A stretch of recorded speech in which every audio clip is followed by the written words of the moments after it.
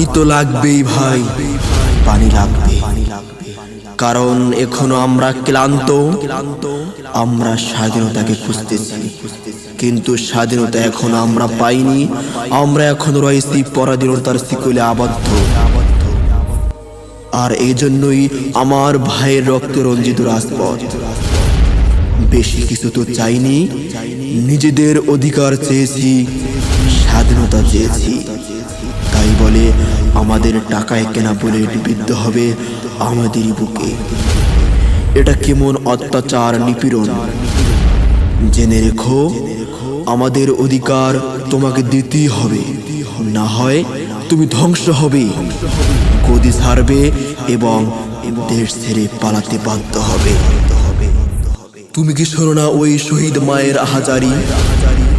সে কেঁদে কেঁদে বলে, কোথায় আমার সোনামানিক, নারী সেরা ধন? এখনো কি শেষ হয়নি তোর কোটা আন্দোলন? কত সময় পেরিয়ে গেল, ফিরে এলি না। ফোন কলেও জানতে চাসনি কেমন আছি মা।